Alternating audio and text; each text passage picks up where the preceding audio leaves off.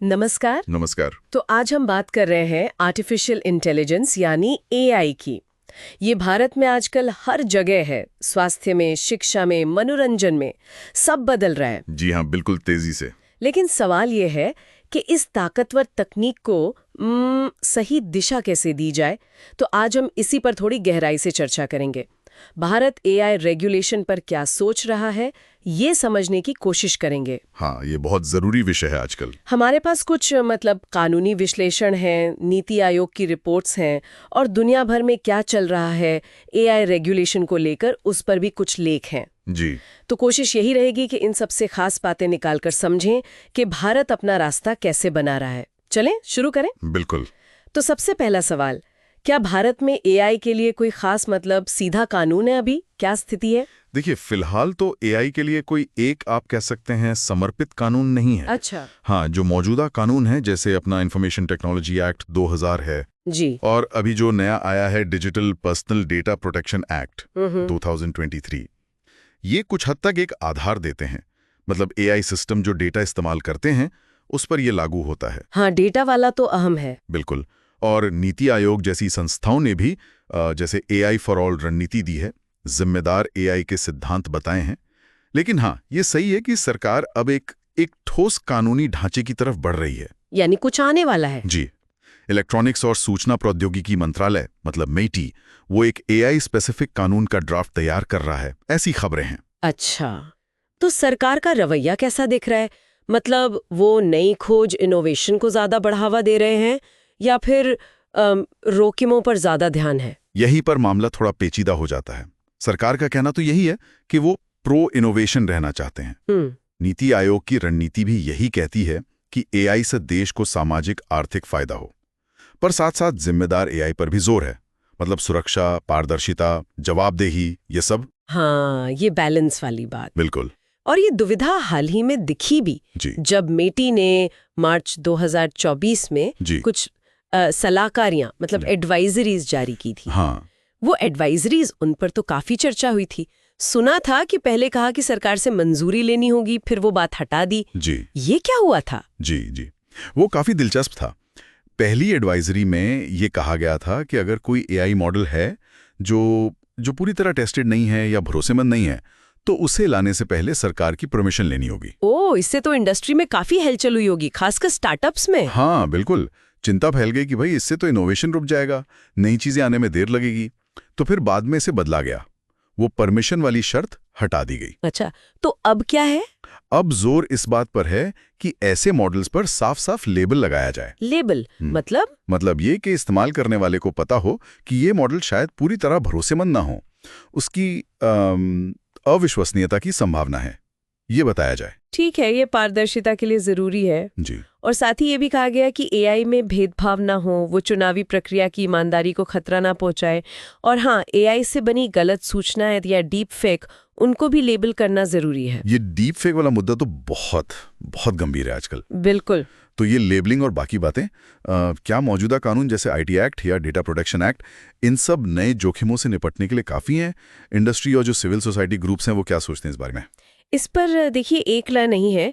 कुछ लोग मानते हैं कि हाँ, मौजूदा कानून कुछ हद तक काम आ सकते हैं। आईटी एक्ट है, कंज्यूमर कानून है, लेकिन एआई जो है वो बिल्कुल नए तरह के रिस्क भी लाता है। जैसे कोई एल्गोरिदम अनजाने में ही किसी समूह के साथ भेदभाव कर दे, या लोगों की सहमति लेने के जो तरीके हैं वो एआई के लिए शायद काफी ना हो। सही बात है। तो इंडस्ट्री, खासकर स्टार्टअप्स, वो डरते हैं कि ज्यादा सख्त नियम आ गए तो इनोवेशन दब जाएगा। वो चाहते हैं सेल्फ रेगुलेशन, मतलब इंडस्ट्री खुद अपने नियम बनाए। और सिविल सोसाइटी, वो इस सेल्फ रेगुलेशन पर शक करते हैं। उनका कहना है कि खासकर जो हाई रिस्क एरिया है जैसे हेल्थ केयर, फाइनेंस और जहां मौलिक अधिकारों का सवाल है, वहां सरकार के बनाए बाध्यकारी नियम होने चाहिए। तो अलग अलग विचार हैं। जी।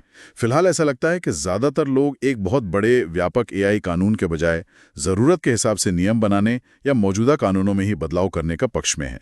एक तरह से सेक्टोरल अप्रोच। अच्छा, तो जब भारत ये सब सोच विचार कर रहा है, दुनिया के बाकी देश क्या कर रहे हैं एआई रेगुलेशन पर? क्या हम उनसे कुछ सीख रहे हैं? हाँ, बिल्कुल। दुनिया भर में अलग अलग मॉडल अपनाए जा रहे हैं। जैसे यूरोपियन यूनियन का एआई एक्ट है, वो काफी चर्चा में है। हाँ, सुना है उसके बारे में। वो रिस्क बेस्ड है, मतलब जितना ज्यादा रिस्क वाला एआई एप्लीकेशन उतने सख्त नियम। ठीक है। अमेरिका में ज्यादातर स्वैच्छिक गाइडलाइंस हैं, कंपनियों की कमिटमेंट्स हैं, थोड़ा लचीलापन है वहाँ। यूके और सिंगापुर जैसे देश सिद्धांतों पर आधारित रास्ता अपना रहे हैं। और चीन? चीन ने कुछ खास तरह के एआई इस्तेमाल के लिए नियम बनाए हैं, जैसे रिकमेंडेशन एल्गोरिथम और जनरेटिव एआई पर। तो कई अलग अलग तरीके हैं। भारत क्या कर रहा है? भारत चूंकि global partnership on artificial intelligence GPI का सदस्य भी है, तो वो इन सभी मॉडल्स को देख रहा है, उनका अध्ययन कर रहा है। लेकिन कोशिश यही है कि अपने सामाजिक आर्थिक हालात के हिसाब से एक संतुलित रास्ता बनाया जाए। जो मेटी का आने वाला कानून है, उसमें शायद इन सब की झलक देखने को मिले। एक और क्षेत्र जहां एआई का असर साफ दिख रहा है वो है कानूनी दुनिया, लीगल इंडस्ट्री। वहां क्या हो रहा है और क्या वहां भी रेगुलेशन की बात उठ रही है?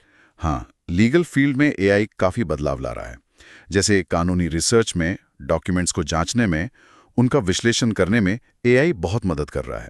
जी। अदालतों का डिजिटलीकरण हो रहा है, ई फाइलिंग वगैरह से काम आसान हुआ है। हमने देखा भी कि पंजाब और हरियाणा हाई कोर्ट ने एक जमानत के मामले में कानूनी पहलू समझने के लिए चैट जीपीटी जैसे टूल का जिक्र तक किया। अरे वाह! लेकिन यहीं पर फिर वो नैतिक सवाल उठते हैं। डेटा प्राइवेसी का क्या एआई के सुझाव में कोई छिपा हुआ पूर्वाग्रह, कोई बायस हो सकता है? ये तो सोचना पड़ेगा। अभी ऐसा तो नहीं लगता कि एआई वकीलों की जगह ले लेगा, क्योंकि मानवीय सूझबूझ, नैतिकता वो बहुत जरूरी है। पर हाँ, ये उदाहरण दिखाते हैं कि रेगुलेशन की बहस कितनी जरूरी है, खासकर ऐसे संवेदनशील क्षेत्रों में। तो कुल मिलाकर देखें तो भारत एआई रेगुलेशन के एक बहुत ही अहम और लगातार बदलते दौर से गुजर रहा है। जी बिल्कुल। एक तरफ नई तकनीक को बढ़ावा देना है, इनोवेशन लाना है, और दूसरी तरफ लोगों को उसके संभावित खतरों से बचाना भी है। ये बैलेंस बनाना, हाँ, ये वाकई में मुश्किल काम है। बिल्कुल सही कहा। और आगे बढ़ते हुए सबसे बड़ा सवाल होगा लायबिलिटी का, यानी जवाबदेही का। हाँ, कि अगर एआई सिस्टम कोई गलती कर दे तो जिम्मेदार कौन? डेवलपर, यूजर, कौन? एग्जैक्टली। और जोखिमों का सही आंकलन कैसे किया जाए, ये भी एक चुनौती है। उम्मीद है कि जो आने वाले नियम हैं या कानूनों में जो बदलाव होंगे, वो इन बातों पर ज्यादा स्पष्टता लाएंगे। बिजनेस के लिए तो जरूरी है कि वो इन बदलावों पर नजर बनाए रखें। बिल्कुल। इस पूरी चर्चा से एक सवाल मेरे मन में आ रहा है, जिस पर शायद हमारे श्रोता भी सोच सकते हैं। जी। कि जैसे जैसे एआई हमारी सोच, हमारी बातचीत, हमारे फैसलों का हिस्सा बन रहा है, तो व्यक्तिगत स्तर पर हम खुद भरोसे और सच्चाई को कैसे बनाए रख सकते हैं, भले ही कोई कानून हो या ना हो? मतलब अपनी प्रामाणिकता कैसे बचाएं? ये बहुत गहरा सवाल है, सोचने वाली बात है।